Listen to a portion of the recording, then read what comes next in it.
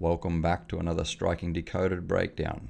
Today we're going to be looking at Lomachenko, the footwork that he uses, and how he changes his strategy based on what his opponent's doing with their guard. We're also going to take a look at the way that he moves in relation to his orthodox opponents and how either orthodox or southpaw beginners can aim to do and execute technique and logic in a similar way to the way that Loma is boxing. And more specifically, we're going to look at something that I call the power zone.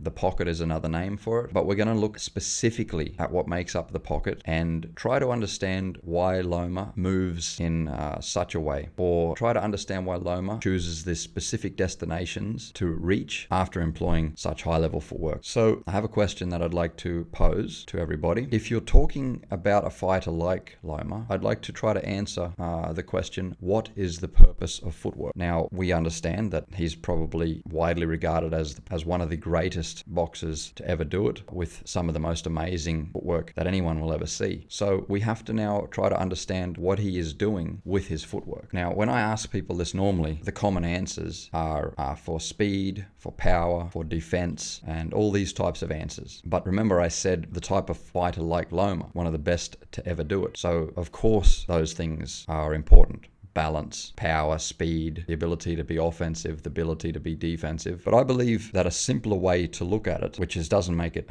any less complex, but a simple way to look at the purpose of footwork is as a vehicle for you to navigate around your opponent. Now, you're attempting obviously to do that while maintaining balance so that you can throw power, fast strikes, so that you can be offensive and defensive when required. But underneath all of that, none of that works if you're in the wrong position in relation to your opponent. So that's why I believe a really nice and simple way to look at the purpose of footwork is as a vehicle to navigate around your opponent. And specifically where to go around your opponent is dictated by what I'm referring to as the power zone. So you have a starting point, which is right here, obviously directly in front of your opponent, obviously here as well, but you have an ending point, which is where you reach after you complete some kind of technique to cover some distance. So in nearly every one of these examples that are on the screen right now, you can see that he starts straight down the barrel of any straight punch that would be thrown by his opponent. But then within a few seconds, not here, but within a few seconds, he normally cuts a little angle and gets out of the road of the punches. So when these things are happening, what he's doing is he's navigating himself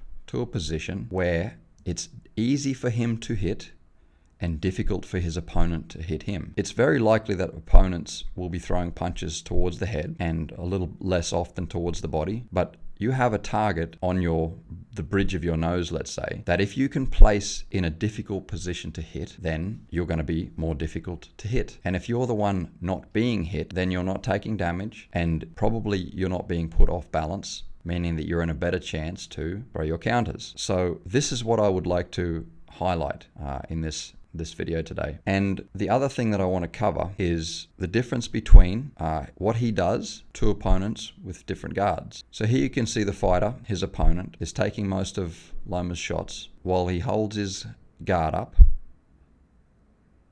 allowing Loma to throw volume strikes and giving him the comfort that his opponent is not going to remove his hands for fear of taking the shot right in the face. So he then has the ability and the confidence to execute these types of movements. So first of all, he engaged throwing volume, getting the guard to his opponent's head, where he can now predict that they're going to remain there for as long as he is throwing volume.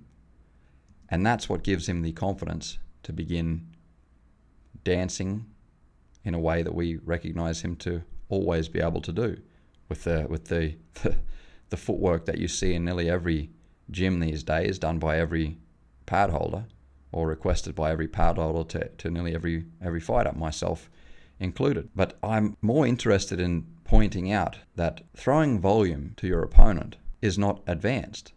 If you have an opponent that has been taught the first thing about boxing, they've been told to keep their hands up. And if you're not familiar with rolling punches or slipping punches, you're going to be in this position right here, taking punches to the outside of your guard if you're doing a good enough job of keeping your hands up. So when this begins to happen, that's when the comfort sets in, and you end up, when you're Loma, comfortable to move like this.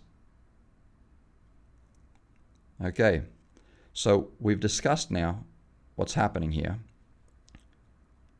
how he's getting his opponent to have his hands up here so that he is comfortable enough to stay right in the pocket, slipping left, slipping right, changing his position, and throwing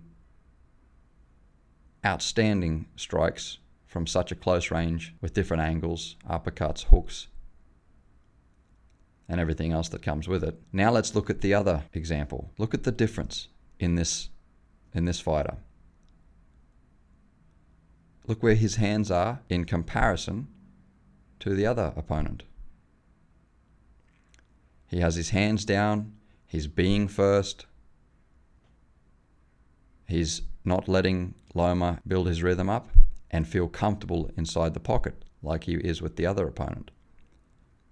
So what's the difference? What's Loma doing that is different here that we can all learn from? Here he gets the volume going, and now he's basically got his hands down, dancing around in front of the guy while his opponent has his hands pinned to his face for fear of taking damage. And he's taken plenty of that still. And then look at the difference here.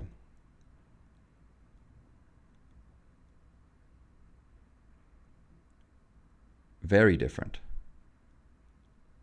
So the answer to what he's doing can be seen right here. Watch as he begins to close range again. There's the first fake, second fake, third fake. A little bit of a head movement. You could call it a fake. 5, 6, 7. There it is. So what he's doing here is he gets right on the edge of the pocket. The other fighter has longer range than him. He gets right on the edge of the pocket and begins to desensitize the person to his reactions. The contrast here is undeniable. So let's see this again. He comes back in, edges back closer to where their pockets are now overlapping, and starts faking. Fake, fake. There's the footwork. We can't see it on the screen, but he's stepping. Bang, there it is. Let's have one more look. Closing the distance, pockets overlapping, intensity between the two fighters.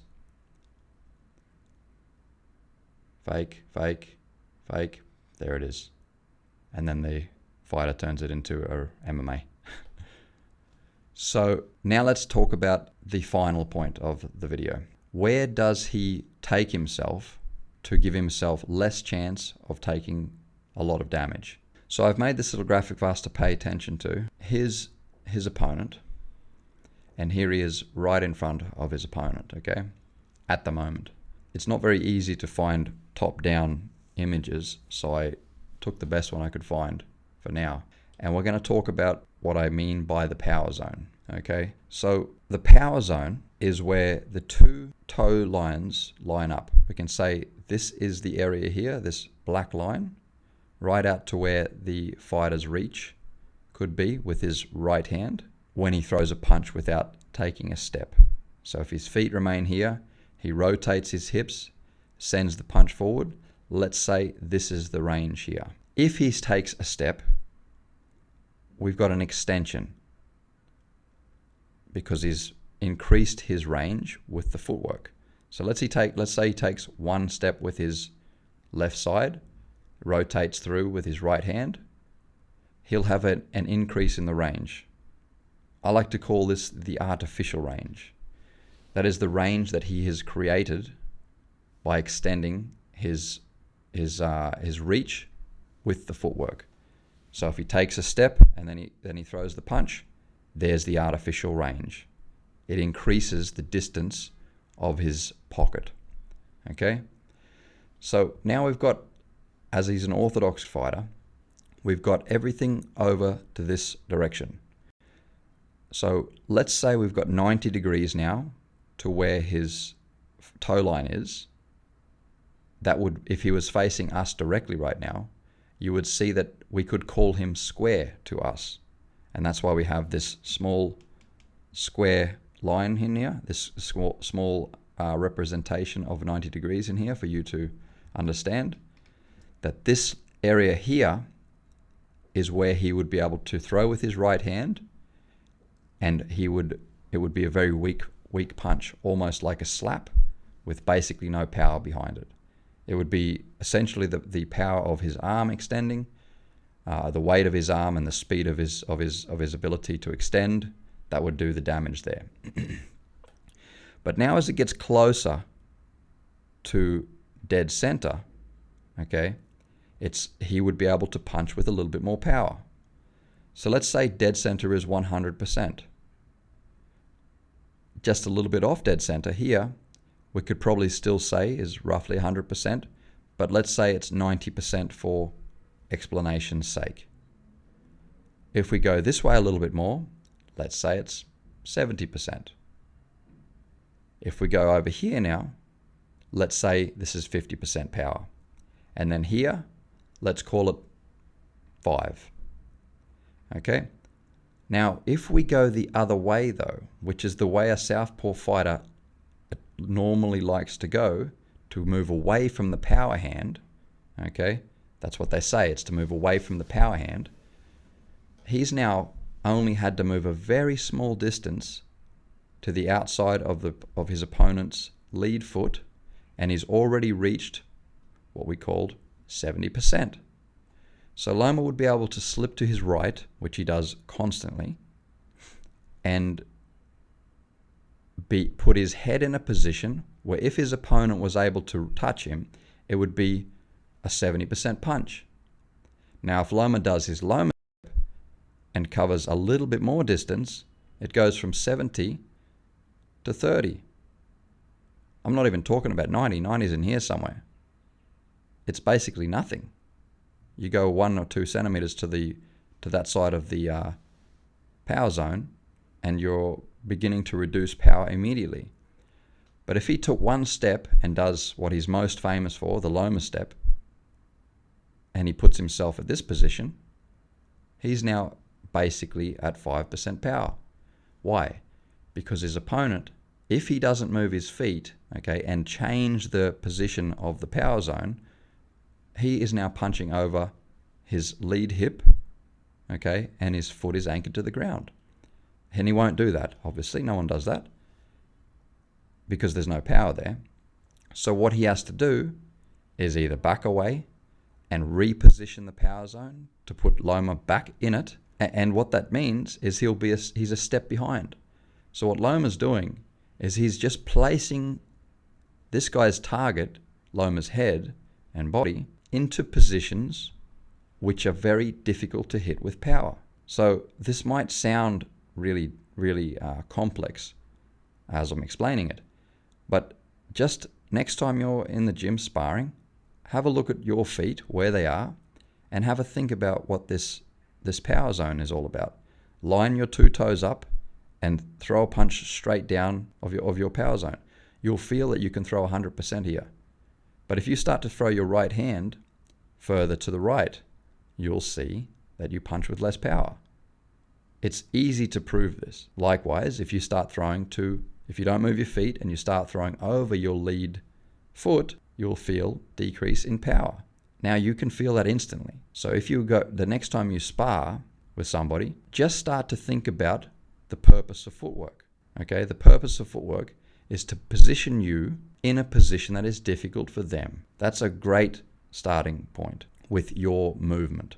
Why you should be going this way, why you should be going that way. So let's go back now, the video, and have one more look. Now you could say he's dead center to his opponent, dead center, faking, closing the distance when he can. Boom. And there, when he threw the strike, you can see that his lead leg traveled to the outside of his opponent's lead leg, meaning that he crossed over the far left edge of his opponent's power zone. We can't see the footwork here, but you can see how his right leg is to the left of his opponent's left leg, meaning he's clearly on this side of the power zone. Again, look at the first thing he does here. Where's his foot? Right foot on the outside of his opponent's lead foot. This is why he's going there. This is crystal clear now. Nobody needs to think too much about this to understand why he's going in that direction, okay? But the difference between this opponent and the other one is that this opponent is pulling his guard up, allowing Loma the comfort to throw more and more volume and being very much ahead of him when it comes to offense and defense. Here we go again.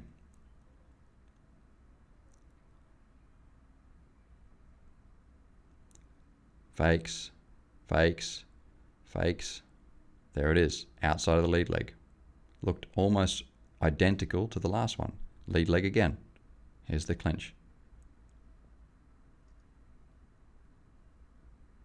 Slipping to the outside, slipping down.